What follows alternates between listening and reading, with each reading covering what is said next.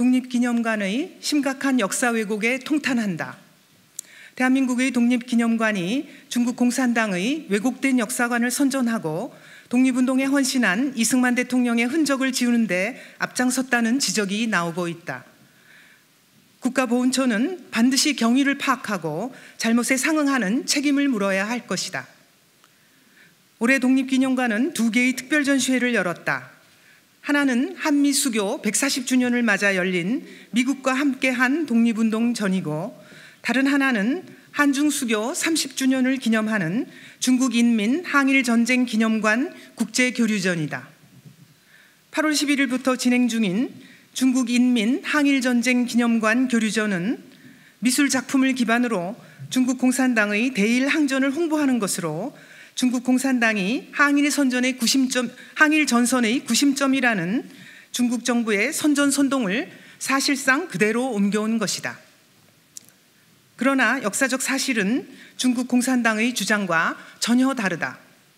실제로 중일전쟁을 비롯한 중국의 항일전선을 이끈 것은 마오쩌둥의 중국 공산당이 아니라 장제스 총통이 이끄는 국민혁명군이었다.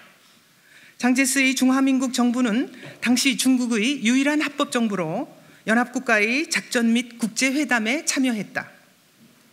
특히 대한민국 임시정부의 항일운동을 지원한 것도 장제스의 국민당 정부다.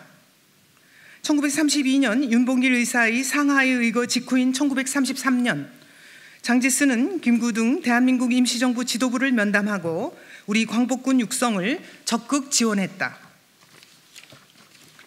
대한민국 임시정부는 1945년 일제 폐망식까지 장제스의 국민당 정부와 함께 상하이와 충칭 등으로 근거지를 옮기며 항일운동을 계속한 것이 역사적 사실이다. 이 과정에서 중국 공산당의 팔로군은 국공합작으로 인해 명목상 장제스의 국민혁명군에 잠시 편입되어 있었을 뿐이다. 역사적 사료는 당시 마오쩌둥이 항일을 위해 헌신하기보다는 중국 공산당의 세력을 키우고 장제스의 국민당을 흔드는 데 집중했음을 보여준다. 우리에게 항일은 당을 발전시킬 수 있는 혹이다. 역량의 70%는 우리를 발전시키는 데 쓰고 20%는 국민당을 상대하는 데, 10%는 항일에 써야 한다는 마오쩌둥의 발언이 그 사실을 증명한다. 당시 마오쩌둥이 이끄는 중국 공산당은 중일 전쟁이라는 위기 상황에서도 오로지 공산당의 세력 확장에만 혈안이 되어 있었던 것이다. 따라서 중국 공산당의 역사 왜곡과 선전선동을 그대로 옮겨온 이번 전시회는 그야말로 국제적 망신이자 독립을 위해 피 흘린 순국선열을 욕보이는 행위다. 대한민국의 독립기념관에서 이런 행사가 열렸고 이 전시가 10월까지 계속된다는 사실에 경악을 금할 수 없다. 독립기념관의 역사 왜곡은 여기에서 끝나지 않는다. 지난 5월부터 열리고 있는 미국과 함께한 독립운동전 역시 우리가 알아야 할 중요한 역사적 사실을 교묘하게 왜곡하고 빠뜨렸다. 해당 전시회는 제2차 세계대전 당시에도 한국과 미국이 함께 대일 항전을 전개했음을 알리기 위해 개최한 전시회다.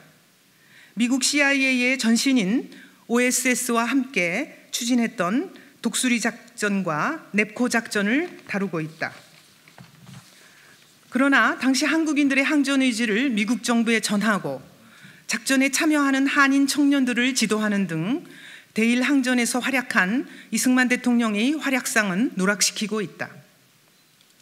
또한 우리나라 건국 헌법의 기초를 닦은 1919년 필라델피아 한인대회에 관한 내용에서도 그 대회에서 중추적 역할을 했던 이승만 대통령의 이름은 빠졌다. 관련 동영상에서 이승만 대통령이 등장하는 장면은 편집하고 다른 영상을 짜집기 해 사료 자체를 왜곡시켰다는 지적까지 나오고 있다.